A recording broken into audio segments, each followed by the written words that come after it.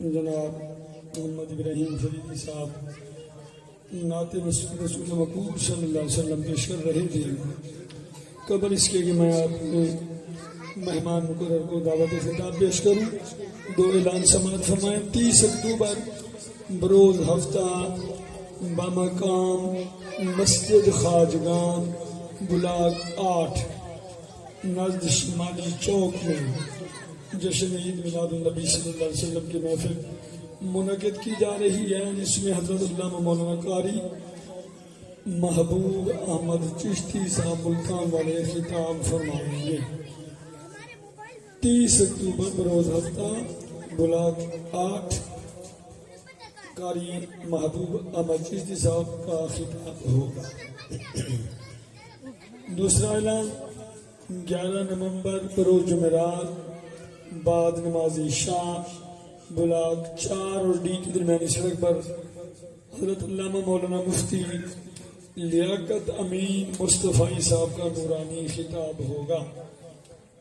11 نومبر بروز جمعرات بعد نماز عشاء بلاک 4 اور ڈی کے درمیان حضرت علامہ مولانا مفتی لیاقت امین مصطفی صاحب کا خطاب ہوگا. شرکت فرما کے ثواب دارن حاصل کریں.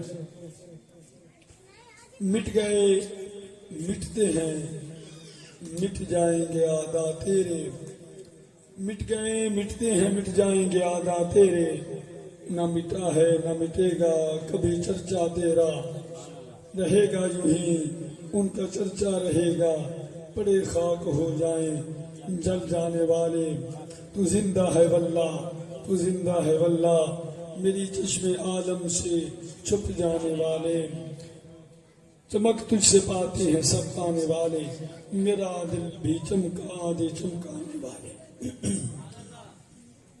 اب میں بلا تاخیر ہمارے آج کے مہمان مقرر فخر اہل سنت محقق اہل سنت صاحب تصانیف کثیرہ حضرت علامہ مولانا محمد ظفر القادری صاحب دامت برکاتہ اللہ علیہ کی خدمت میں ملتمس ہوں کہ اپنے نورانی وجدانی عرفانی خطاب سے ہمارے قلوب کو منور فرمائیں. آپ اپنے جاگنے کا ثبوت پیش کیجئے. نعرہ تکبیر، نعرہ رسالت، نعرہ خلافت، نعرہ حیدری، جشن عید میلاد النبی، علماء اہل سنت.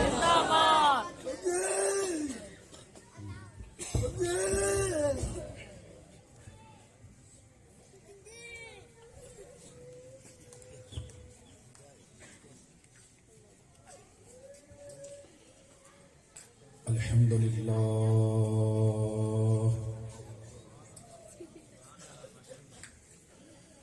الحمد لله نحمده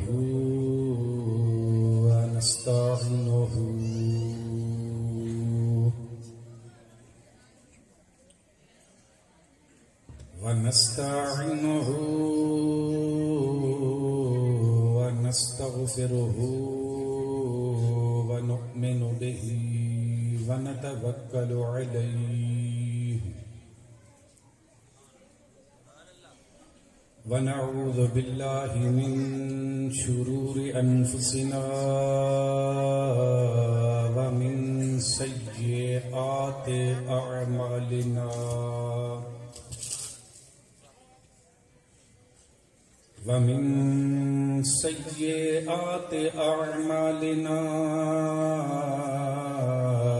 من يهده الله فلا مضل له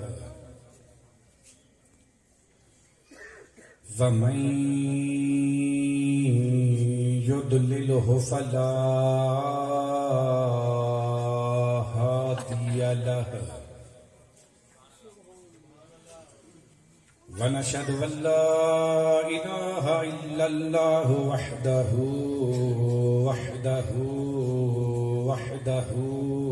لا شريك له ونشهد أن سيدنا ومولانا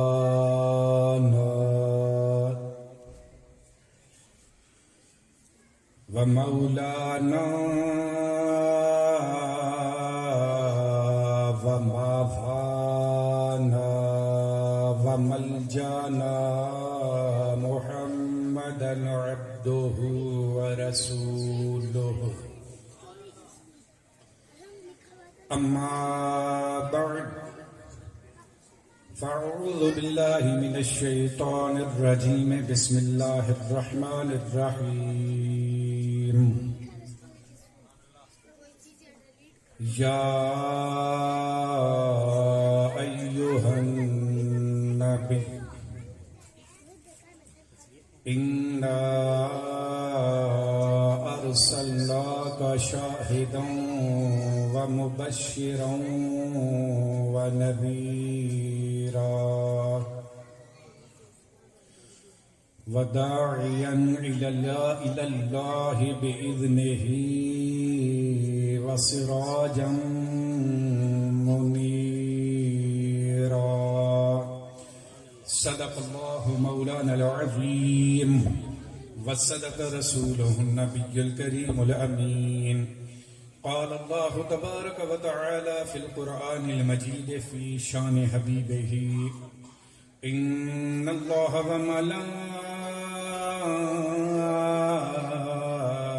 وملائكته يصلون على النبي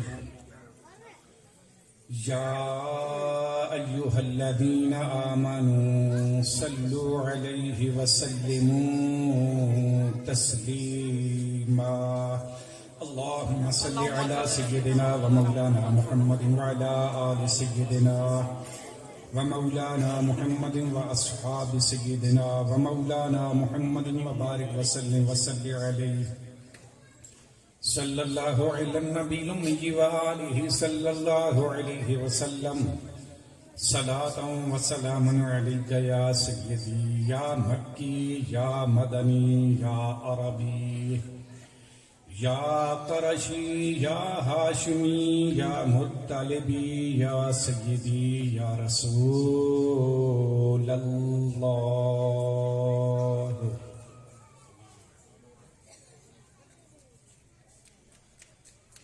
سامعین وقار حمد و صلات کے بعد قرآن مجید فرقان حمید کی ایک آیہ مقدسہ تلاوت کرنے کا شرف حاصل کیا بارگاہ رب العزت میں دعا ہے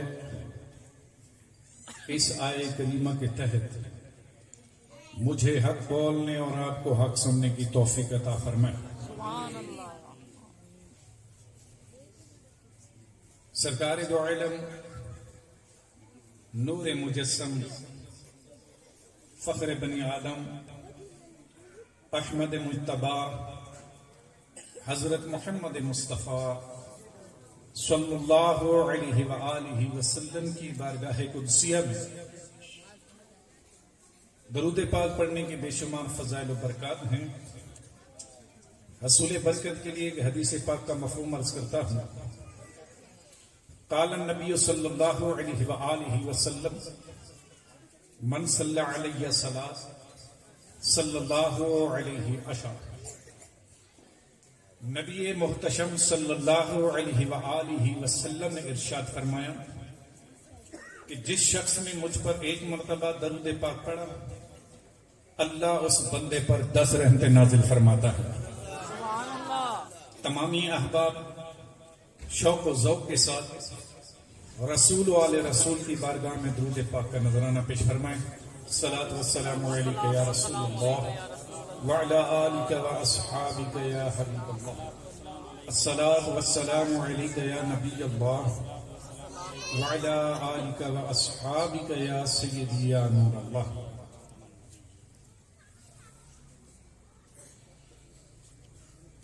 ایک وفادار کو اور کیا چاہیے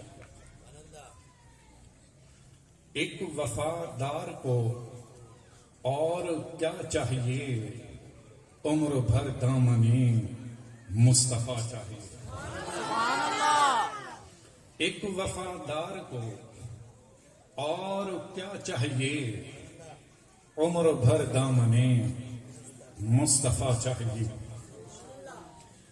اہل کفر و ضلالت کو تھانہ بھون. دیکھیں ہم اشاروں میں بات کریں گے، سمجھنا آپ لوگوں کی ذمہ داری ہے.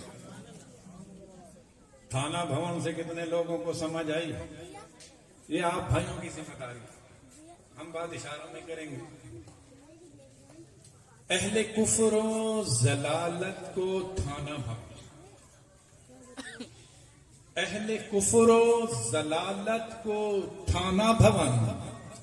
اہل سنت کو احمد رضا چاہیے. اہل سنت کو احمد رضا چاہیے.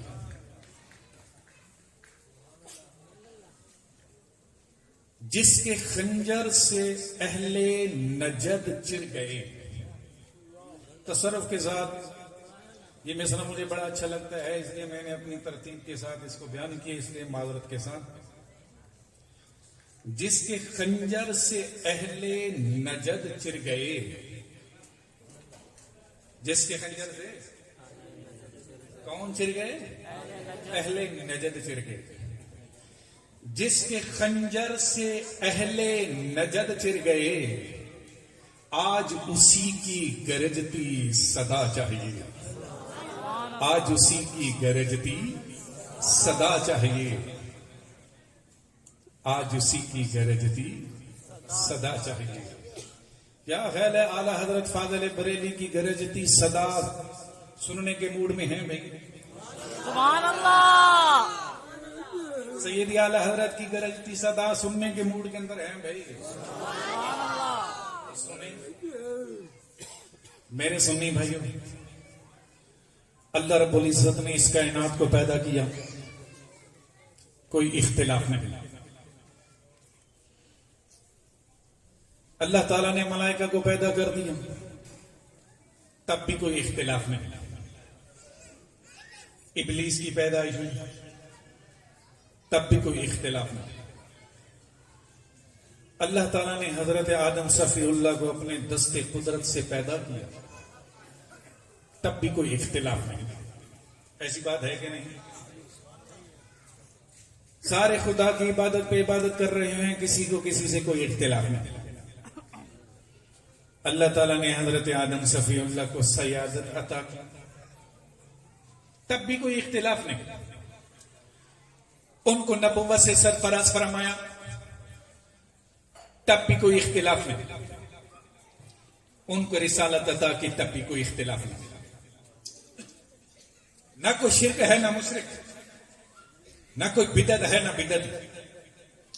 سارے اللہ کی عبادت پہ عبادت کر رہے ہیں، کسی کو کسی سے کوئی اختلاف نہیں. ایسی بات ہے کہ نہیں؟ لیکن جب اللہ رب العزت نے حکم دیا کہ آدم کی تعظیم کے لیے ان کو سجدہ کرو، تو خدا کی عبادت کرنے والوں میں سے ایک عبادت کرنے والا کھڑا ہو گیا اور نبی کی تعظیم سے انکار کر دیا. آدم کی تعظیم کرنے سے انکار کر دیا. ملائکہ آدم کی تعظیم کی نیت سے سجدے کے اندر گر گئے، لیکن ابلیس نے نبی کی تعظیم کرنے سے انکار کر دیا. اب یہیں سے اختلاف شروع، یہیں پر اختلاف کی بنیاد کھڑی ہو گئی، اور یہیں پر اس کائنات کا سب سے پہلا فتنہ، اس کی بنیاد بھی قائم ہو گئی. اب یہیں پر دو جماعتیں بن گئی، ایک نوریوں کی جماعت اور ایک ناریوں کی جماعت. اب جو نبی کی تعظیم کر رہے ہیں وہ نوری جماعت ہو گئے، اور جو نبی کی تعظیم کے منکر ہو گئے وہ ناری جماعت ہو گئے. تو اب اگر نوریوں اور ناریوں کی پہچان کرنی ہو تو زیادہ تکلیف کرنے کی ضرورت نہیں. دیکھ لو جو نبی کی تعظیم کر رہے ہیں، ہم سمجھ جائیں گے نوری جماعت میں سے ہیں، اور جو نبی کی تعظیم کے منکر ہیں، جو نبی کی تعظیم کے منکر ہو گئے اور جنہوں نے نبی کی تعظیم کو شرک کہہ دیا، ہم سمجھ جائیں گے ناری جماعت میں سے ہیں. تو اب جھگڑا کرنے کی ضرورت نہیں ہے. نوریوں کو نوری جماعت مبارک، ناریوں کو ناری جماعت مبارک. سبحان اللہ. اب یہیں پر اختلاف شروع، اور اس کے بعد ہر دور میں نئے سے نئے فتنے پیدا ہوتے رہے. اس کائنات کا سب سے پہلا فتنہ ابلیس کا فتنہ تھا، جس نے نبی کی تعظیم سے انکار کیا. یہ سب سے پہلا فتنہ تھا. تو لہذا اس فتنے کے بعد ہر دور میں نئے سے نئے فتنے پیدا ہوتے رہے اور اس فتنے کے خاتمے کے لیے خدا کا انتخاب بھی سامنے آتا رہا. ہر دور کے اندر نئے سے نئے فتنے پیدا ہوتے رہے اور ہر فتنے کے مقابلے میں خدا کا انتخاب بھی سامنے آتا رہا. یہی وجہ ہے کہ جب نمرود کے فتنے نے جنم لیا تو ابراہیم خلیل اللہ نے اس کو ہمیشہ کے لیے ختم کر دیا, کیونکہ ابراہیم خلیل اللہ اس فتنے کے مقابلے میں خدا کا انتخاب بن کر سامنے آیا. تو جب نمرود کے فتنے نے سر اٹھایا, ابراہیم خلیل اللہ نے اس کو ہمیشہ کے لیے ختم کر دیا. اور جب فرعون کی صورت میں فتنے نے جنم لیا, موسیٰ کلیم اللہ نے اس کو تلوار کی دھار کے نیچے ذبح کر دیا. اور جب ابو لہب کی صورت میں فتنے نے سر اٹھایا, مصطفیٰ جان رحمت نے اس کو ہمیشہ کے لیے واصل جہنم کر دیا. اور جب منکرین زکات کی صورت میں فتنہ اٹھا, صدیق اکبر نے تلوار کی دھار کے نیچے ذبح کر دیا. اور جب بلوائیوں کی صورت میں فتنہ اٹھا, فاروق اعظم نے اس کو ہمیشہ کے لیے ختم کر دیا. اور جب باغیوں کی صورت میں فتنہ اٹھا تو حضرت عثمان ذوالنورین نے مدینہ کے تقدس کو پامال ہونے سے بچانے کے لیے اپنی جان کا نذرانہ پیش کر دیا اور باغیوں کے فتنے کو ہمیشہ کے لیے ختم کر دیا. اب جب خارجیوں کی صورت میں فتنہ اٹھا, علی المرتضیٰ شیر خدا نے اس کو ہمیشہ کے لیے ختم کر دیا. اور جب یزید کی صورت میں فتنہ تخت خلافت پر بیٹھا تو حسین اعظم نے اپنی گردن کٹوا کر اس فتنے کو واصل جہنم کر دیا. اور جب مامونیوں کی صورت میں فتنہ اٹھا, امام احمد بن حنبل نے اپنی پیٹھ پر کوڑے کھا کھا کے اس فتنے کو ہمیشہ کے لیے ختم کر دیا. اور جب منصوریوں کی صورت میں فتنہ اٹھا, امام اعظم ابو حنیفہ نے جیل کے اندر زہر کا پیالہ پی کر اس فتنے کو ہمیشہ کے لیے ختم کر دیا. اور جب اکبر بادشاہ کی صورت میں دین اکبری کے نام پر ایک نیا فتنہ نے سر اٹھایا تو مجدد الافسانی شیخ احمد سرہندی نے اس فتنے کو ہمیشہ کے لیے ختم کر دیا. تو حضرات ذیوقار, ہمارے یہ حاشیے خیال میں بھی نہ تھا کہ کوئی نمازیں بھی ادا کرتا ہو, کوئی نبی کا کلمہ بھی پڑھتا ہو, کوئی بخاری کا درس بھی دیتا ہو, لیکن کہیں پر نبی کو گالیاں دے رہا ہے, کہیں پر نبی کو مر کر مٹی میں ملنے والا کہہ رہا ہے, کہیں پر نبی کے علم غیب کو بچوں اور پاگلوں کے علم غیب کے ساتھ تشبیہ دے رہا ہے, کہیں پر نبی کے مرتبے کو گاؤں کے چودھری کے مرتبے کے برابر کہہ رہا ہے, کہیں پر نبی کی تعظیم کو بڑے بھائی کی تعظیم کے برابر کہہ رہا ہے, کہیں پر نبی کو بے اختیار ڈکلیئر کر رہا ہے, کہیں پر نبی کی عظمت کو چیلنج کر رہا ہے, کہیں پر نبی کی رفعت کو چیلنج کیا جا رہا ہے, کہیں ختم نبوت کو بٹا لگانے کی کوششیں کی جا رہی ہے. تو حضرات ذیوقار, اہل سنت کے اوپر ایک لرزہ طاری ہو گیا. اہل سنت کی نگاہیں گنبد خضرا کے مکی کی طرف اٹھ جاتی ہیں. یا رسول اللہ, جب نمرود کے اس فتنے نے سر اٹھایا, ابراہیم خلیل اللہ نے ختم کر دیا. جب فرعون کی صورت میں فتنہ اٹھا, موسیٰ کلیم اللہ نے اس کو ختم کر دیا. جب منکرین زکات کی صورت میں فتنہ اٹھا, صدیق اکبر نے ختم کر دیا. جب بلوائیوں کی صورت میں فتنہ اٹھا, فاروق اعظم نے ختم کر دیا. جب باغیوں کی صورت میں فتنہ اٹھا, عثمان ذوالنورین نے ختم کر دیا. جب خارجیوں کی صورت میں فتنہ اٹھا, عثمان ذوالنورین نے حضرت علی المرتضیٰ شیر خدا نے ختم کر دیا. جب یزیدیوں کی صورت میں فتنہ اٹھا, حسین اعظم نے ختم کر دیا. جب مامونیوں کی صورت میں فتنہ اٹھا, امام احمد بن حنبل نے ختم کر دیا. جب منصوریوں کی صورت میں فتنہ اٹھا, امام اعظم نے ختم کر دیا. جب اکبر بادشاہ کی صورت میں فتنہ اٹھا, مجدد الافسانی نے اس کو واصل جہنم کر دیا. یا رسول اللہ, آج تو فتنوں کی پوری جماعت کھڑی ہو چکی ہے. یا رسول اللہ, عقیدہ ختم نبوت خطرے میں ہے. یا رسول اللہ, ناموس مصطفیٰ کا عقیدہ خطرے میں ہے. یا رسول اللہ, ہمارے بنیادی عقائد خطرے میں ہیں. علم غیب کو بٹا لگانے کی کوشش کی جا رہی ہے, ختم نبوت کو چیلنج کیا جا رہا ہے. یا رسول اللہ, اب اس فتنوں کی جماعت سے ہم ٹکرائیں تو کیسے ٹکرائیں, اپنے عقائد کو بچائیں تو کیسے بچائیں. تو گنبد خضرا کے مکی سے یہ آواز آتی ہے, اہل سنت, تمہیں اس فتنے سے گھبرانے کی ضرورت نہیں ہے. اس فتنے کو ختم کرنے کے لیے میں تم کو احمد رضا دے رہا ہوں. میں تم کو احمد رضا دے رہا ہوں. عشق محبت, عشق محبت. میں تم کو احمد رضا دے رہا ہوں. وہ احمد رضا جو تمہیں مصطفیٰ کی عظمتیں بتائے گا، وہ احمد رضا جو مصطفیٰ کی رفتیں سکھائے گا، وہ احمد رضا جو مصطفیٰ کی محبت کے جاموں سے سیراب کرے گا، وہ احمد رضا جو غوث اعظم کی محبتیں سکھائے گا، وہ احمد رضا جو خواجہ غریب نواز کی عقیدتیں بتائے گا، وہ احمد رضا جو داتا علی لاہوری کی شفقتیں بتائے گا۔ تو احمد رضا یہ کسی آدمی کا نام نہیں، بلکہ آدمیت کا نام احمد رضا ہے، انسانیت کا نام احمد رضا ہے، ایک انقلاب کا نام احمد رضا ہے، ایک ولولے کا نام احمد رضا ہے، ایک انجمن کا نام احمد رضا ہے، مصطفیٰ کی امانت کا نام احمد رضا ہے، مصطفیٰ کی محبت کا نام احمد رضا ہے، خواجہ غریب نواز کی شفقت کا نام احمد رضا ہے، غوث اعظم کی عقیدت کا نام احمد رضا ہے، خواجہ غریب نواز کی محبتوں کا نام احمد رضا ہے۔ اور اگر اس ڈیرہ غازی خان کی دھرتی پر، اگر کسی بد مذہب نے مصطفیٰ کی عزت کو للکارا، مصطفیٰ کی عظمت کو للکارا، مصطفیٰ کی ناموس کو للکارا، عقیدہ ختم نبوت کو للکارا، اور کسی سنی نے اس بد مذہب کے منہ کے اوپر تماچا دے مارا، اس تماچے کا نام احمد رضا ہے، اس تماچے کا نام احمد رضا ہے۔ تو حضرت ذوالفقار یاد رکھیں، ایک محبت کا اصول ہے کہ جس سے محبت ہوتی ہے اس کے دشمنوں سے اتنی ہی زیادہ نفرت ہوتی ہے۔ آپ کو جب کسی سے محبت ہو جاتی ہے اس کے دشمنوں سے اتنی ہی زیادہ نفرت ہو جاتی ہے۔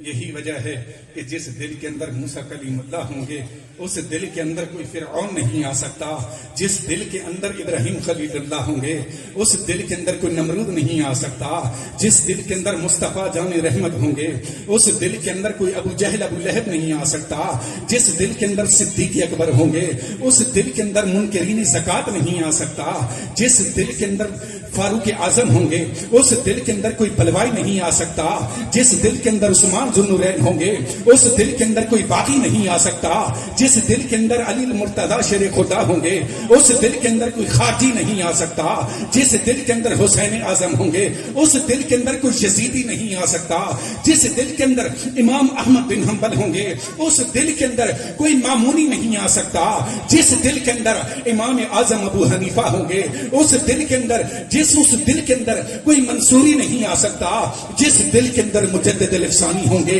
اس دل کے اندر کوئی اکبر بادشاہ نہیں آ سکتا، اور جس دل کے اندر احمد رضا ہوں گے اس دل کے اندر کوئی بد مذہب نہیں آ سکتا۔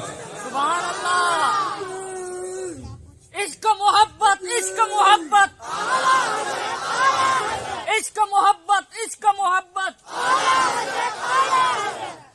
اہل کفر و ضلالت کو تھانہ بھون، اہل سنت کو احمد رضا چاہیے۔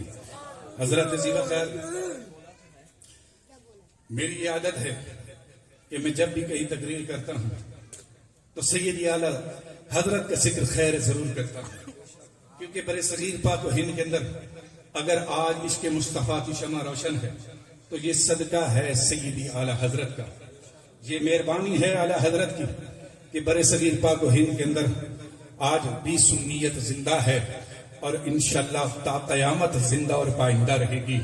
حضرت ذوالفقار بزرگ فرماتے ہیں کہ جو قومیں اپنے محسنین کو بھول جاتی ہیں تاریخ ان کو ہمیشہ کے لیے مٹا دیتی ہے، لہذا سیدی اعلیٰ حضرت رضی اللہ تعالی عنہ جن پر ہمارے ماں باپ قربان ہوں، آپ کا ذکر خیر ہر محفل کی زینت ہونا چاہیے۔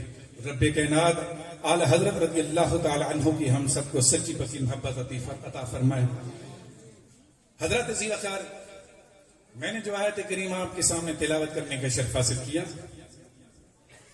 ارشاد خدا بندی ہے، یا ایھا النبی،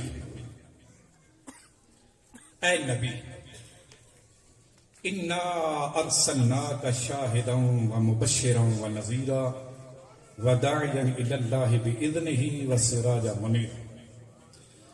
اے نبی، ہم نے آپ کو شاہد بنایا، ہم نے آپ کو مبشر بنایا، ہم نے آپ کو نذیر بنایا، داعیا الی اللہ بنایا، سراجا منیرا بنایا۔ یہ کون کہہ رہا ہے؟ بھائی اونچی آواز میں بولے، یہ کس نے کہا؟ اللہ تعالیٰ۔ یہ آیت کریمہ اور ہر آیت اللہ کا کلام ہے۔ تو یا ایھا النبی یہ کس نے کہا؟ اللہ نے کہا. یہ کس نے کہا؟ اللہ نے کہا. تو اس آیت کریمہ کا مخاطب اللہ ہے. اور اللہ نے کس کو کہا؟ اپنے محبوب کو کہا، بندوں کو نہیں کہا. یہ ڈفرنس، یہ فرق ذرا ذہن کے اندر رکھیے گا. آیت کریمہ کے اندر خطاب کر رہا ہے رب کائنات، اور خطاب کس کو کر رہا ہے؟ محبوب خدا کو. خطاب کر رہا ہے خدا، اور کس سے کر رہا ہے؟ اپنے حبیب سے. نبی کی بات کہہ رہا ہے نبی سے، نبی کا انٹروڈکشن ہو رہا ہے نبی سے، نبی کا تعارف نبی سے. اب یہاں پر میرا سوال توجہ کے ساتھ سمجھ کرنا. اے اللہ، یہ نبی کا انٹروڈکشن نبی سے کیوں؟ یہ نبی کا تعارف نبی سے کیوں؟ اگر نبی کا تعارف کروانا تھا تو ان لوگوں سے کرواتا جو نبی کو جانتے نہیں. اگر نبی کا انٹروڈکشن کروانا تھا تو ان لوگوں سے کرواتا جو نبی کو پہچانتے نہیں. یہ نبی کا تعارف نبی سے کیوں؟ یہ نبی کا انٹروڈکشن نبی سے کیوں؟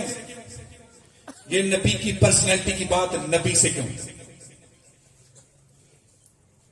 بھائی اس کو آپ مثال سے یوں سمجھ سکتے ہیں کہ اب اگر اس محفل کے اندر کھڑے ہو کر کوئی کہے کہ مولانا صاحب آپ کا نام ظفر القادری ہے، آپ لاہور سے تشریف لائے، میاں والی آپ کا آبائی علاقہ ہے، چشمہ ایزمی پلانٹ پر آپ نے 3 سال تک ایز اے فیبریکیٹر جاب کی، دعوت اسلامی کے ماحول سے وابستہ ہوئے، اور 8 سالہ کورس آپ نے اپنی ڈیوٹی سے، نوکری سے، جاب سے ریزائن کر کے آپ نے جامعہ نظامیہ رضویہ لاہور میں درس نظامی کے حصول کے لیے آپ نے ایڈمیشن لیا.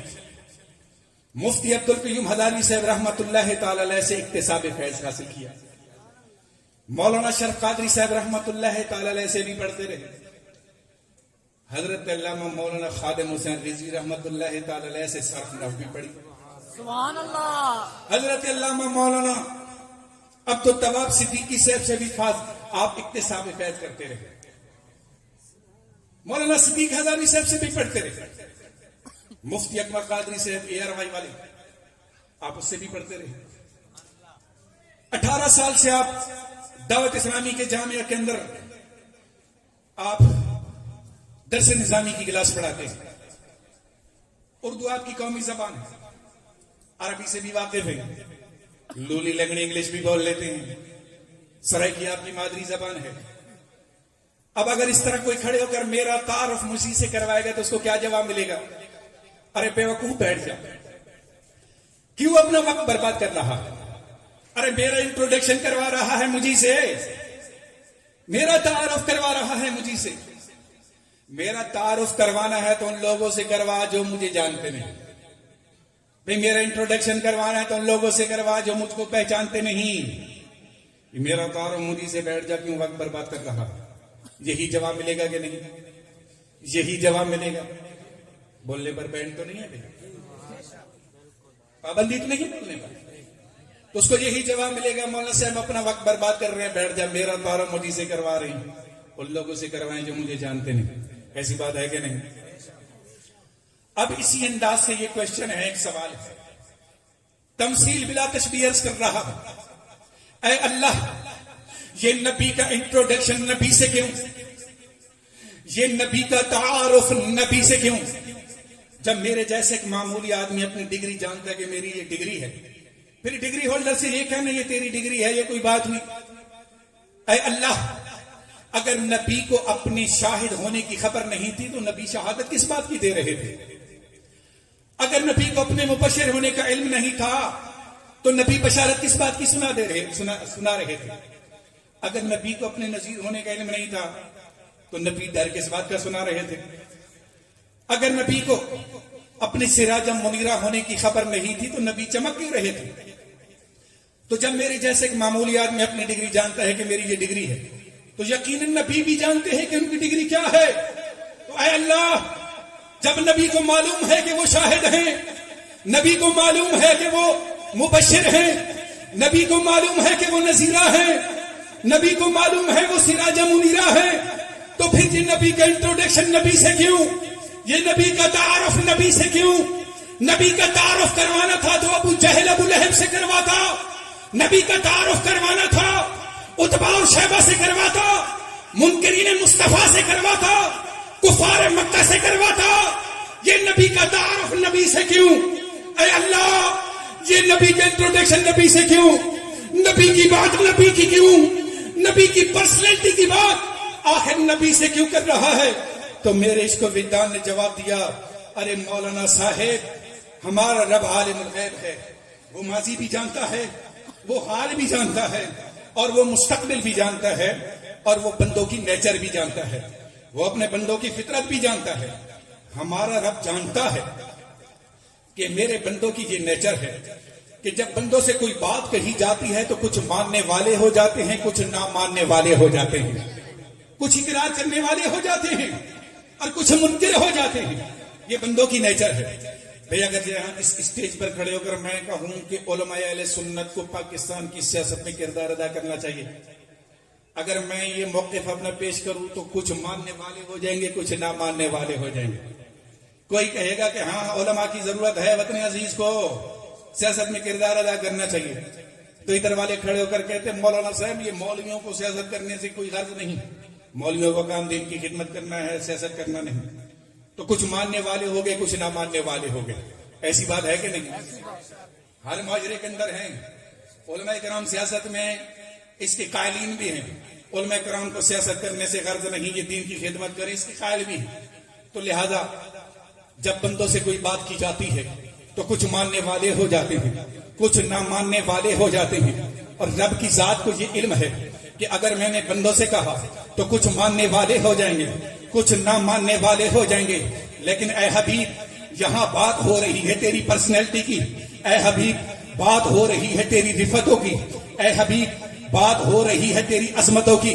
لیکن اگر میں نے تیری عظمت کی بات اپنے بندوں سے کہی، اگر میں نے تیری رفت کی بات اپنے بندوں سے کہی، اگر میں نے تیری پرسنالٹی کی بات اپنے بندوں سے کہی تو کچھ ماننے والے ہو جائیں گے، کچھ نہ ماننے والے ہو جائیں گے۔ اے حبیب ہماری یہ عزت کو گوارا نہیں ہے، ہماری یہ غیرت کو گوارا نہیں ہے کہ بات تیری عظمتوں کی بیان ہو، بات تیری رفتوں کی بیان ہو، بات تیری پرسنالٹی کی بیان ہو رہی ہو اور کوئی انکار کرنے والا پیدا ہو جائے۔ لہذا اے نبی تیری عظمت کی بات ہم لوگوں سے نہیں کہیں گے، بلکہ تیری رفتوں کی بات اے حبیب ہم تجھی سے کہیں گے، اس لیے کہ جب تیرا تعارف جب تجھی سے کروائیں گے تو نہ ادھر سے انکار ہوگا نہ ادھر سے انکار ہوگا، سبحان اللہ۔ انکار کرنے والا نہیں ہوگا، کسی کو جرأت نہیں انکار کرنے کی۔ تو لہذا اے حبیب تیری پرسنالٹی کی بات تجھی سے ہوگی، تیری عظمت کی بات تجھی سے ہوگی، تیری رفت کی بات تجھی سے ہوگی، تاکہ نہ ادھر سے انکار ہو نہ ادھر سے انکار ہو۔ تو حضرت ذی وقار یہی وجہ ہے کہ رب کائنات نے حبیب کی عظمت کو بیان کیا تو اپنے حبیب سے بیان کیا، نبی کی رفت کو بیان کیا تو اپنے حبیب سے کیا، تاکہ کوئی انکار کرنے والا نہ پیدا ہو۔ یا ایھا النبی، سبحان اللہ۔ حضرت ذی وقار میری خواہش ہے کہ میں آج آپ کے سامنے نبی کا ٹرانسلیشن کروں، نبی کا ترجمہ کروں۔ نبی کا ترجمہ سننے کے موڈ میں ہیں بھائی؟ سبحان اللہ، بے شک۔ اب اگر میں نے نبی کا ترجمہ کیا تو ہم نے جن کو سنانا ہے وہ تو ہماری مانیں گے نہیں، وہ کہیں گے یہ آپ کے مولوی اہل سنت نے ترجمہ لکھا ہے ہم کیوں مانیں؟ تو جن کو ترجمہ ہم نے سنانا ہے وہ اس بات کو مانیں گے نہیں، تو کیا کریں؟ لہذا آج نبی کا ترجمہ اس سے کروائیں گے کہ جو اہل سنت بھی نہ ہو، جو ہمارے ہم عقیدہ بھی نہ ہو، کیونکہ برادری کی بات برادری والوں کو جلدی سمجھ میں آتی ہے۔ تو ہم نے جن کو سنانا ہے ہم انہی کی برادری سے ہی نبی کا ترجمہ کروا لیتے ہیں۔ کیا خیال ہے؟ سبحان اللہ۔ سنی عالم کا ترجمہ تو انہوں نے ماننا نہیں، تو آج ہم اس نبی کا ترجمہ ہم انہی کی برادری سے کروا لیتے ہیں۔ ہو سکتا ہے اپنی برادری کی بات مان لیں، تو اور نبی کا ترجمہ انہی کی برادری سے کروا لیتے ہیں. لہذا نبی کا ترجمہ اے سنی عالموں آپ کو کرنے کی ضرورت نہیں ہے. نبی کا ترجمہ کسی صحابی کو کرنے کی ضرورت نہیں, کسی عالم اہل سنت کو کرنے کی ضرورت نہیں. نبی کا ترجمہ آج ہم ابو جہل سے کروائیں گے. لہذا اے ابو جہل آج تو کر نبی کا ترجمہ تو, کیونکہ تیری بات تیری برادری کی سمجھ میں ذرا جلدی آئے گی. لہذا نبی کا ترجمہ ابو جہل کی زبان سے ہے. سننے کے موڈ میں بھائی سبحان اللہ. تو سنیں نبی کا ترجمہ ابو جہل کی زبان. حدیث پاک کا مفہوم ہے, ابو جہل بند مٹھی لے کر مصطفیٰ جان رحمت کی بارگاہ میں حاضر ہوا اور کہتا ہے محمد صلی اللہ علیہ وسلم اگر آپ نبی ہیں تو بتائیں میری بند مٹھی میں کیا ہے. تو نبی کریم صلی اللہ علیہ وسلم نے فرمایا جو تیری بند مٹھی میں اگر وہ کہہ دے میں کون ہوں تو پھر سبحان اللہ. کہتا ہے آپ کا کلمہ پڑھ لوں گا. سرکار دو عالم صلی اللہ علیہ وسلم نے ابو جہل کی بند مٹھی پر توجہ فرمائی. ابو جہل کی بند مٹھی میں کنکری نے مصطفیٰ کا کلمہ پڑھ دیا. سبحان اللہ. ابو جہل نے وہ کنکری غصے میں مصطفیٰ کے قدموں میں پھینک دی. کہاں پھینکی؟ غصے میں آ کر. وہ کنکری جو اس کی گرفت میں مصطفیٰ کی گیت گا رہی تھی اس نے میں غصے میں آ کر مصطفیٰ کے قدموں میں پھینک دی. کہاں پھینکی؟ مصطفیٰ کے حضور کے قدموں میں. پھینکی. اس بات کو ذرا ذہن کے اندر رکھیے گا. حضرات ذی وقار بات ختم نہیں ہوئی, بات شروع ہوئی ہے. اب اگر میں کسی سنیارے کے پاس جاؤں اور اس سنیارے سے کہوں کہ سنیارا ہے میری بند مٹھی میں ایک پتھر ہے, بتا عقیق ہے, زمرد ہے, مرجان ہے, پنا ہے یا موتی ہے, بتا میری بند مٹھی میں کیا ہے. تو سنیارا میرا منہ تک کر کہے گا مولانا صاحب چہرہ دیکھ کر تو پہچان ہوتی ہے نہیں کہ کس مسلک سے تعلق رکھتا ہے. تیری بند مٹھی میں کیا جانوں کہ تیری بند مٹھی میں کیا ہے. تو اپنی مٹھی کھول, مجھے پتھر دے, میں مشین پر چیک کر کے آپ کو بتاؤں کہ یہ زمرد ہے, پنا ہے, موتی ہے, مرجان ہے یا عقیق ہے. اب یہ آپ کی بند مٹھی میں کیا جانوں کہ تیری بند مٹھی میں کیا ہے. ایسی بات ہے کہ نہیں؟ سنیارا یہی کہے گا کہ اپنی مٹھی کھولیں, میں آپ کو بتاؤں گا کہ مٹھی میں کیا ہے, کون سا پتھر ہے. ایسی بات ہے کہ نہیں؟ کیا مطلب؟ مطلب یہ کہ جب کسی امتی کا امتحان ہوگا, جب کسی امتی کا امتحان ہوگا تو مٹھی کھول کر کے ہوگا, لیکن کسی نبی کا امتحان ہوگا تو مٹھی بند کر کے ہوگا. تو ابو جہل جب بند مٹھی لے کر جب مصطفیٰ کے پاس حاضر ہوتا ہے تو معلوم ہوا کہ ابو جہل کا عقیدہ تھا کہ نبی ہوتا ہی وہی ہے جس کو غیب کی خبر ہوتی ہے. یہ بخاری تک پڑھ گئے لیکن نبی کا ترجمہ نہ کر سکے, نبی کا ترجمہ نہ کر سکے. تو ابو جہل کا عقیدہ تھا کہ نہیں؟ ابو جہل کا عقیدہ تھا کہ نبی وہی ہوتا ہے جس کو علم غیب ہوتا ہے. یہی وجہ ہے کہ بند مٹھی لے کر مصطفیٰ کے سامنے حاضر ہوا.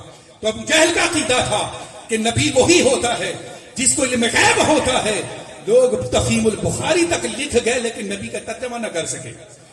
حضرات ذی وقار دوسری بات, اب اگر میں آپ کے سامنے ایک بڑا سا پنجرا رکھ دوں اور اس کے اندر ایک پرندہ ڈال دوں اور اوپر کپڑا ڈال دوں, اب میں کہوں کہ میرے سنی بھائی بتاؤ اس بند پنجرے کے اندر کیا ہے.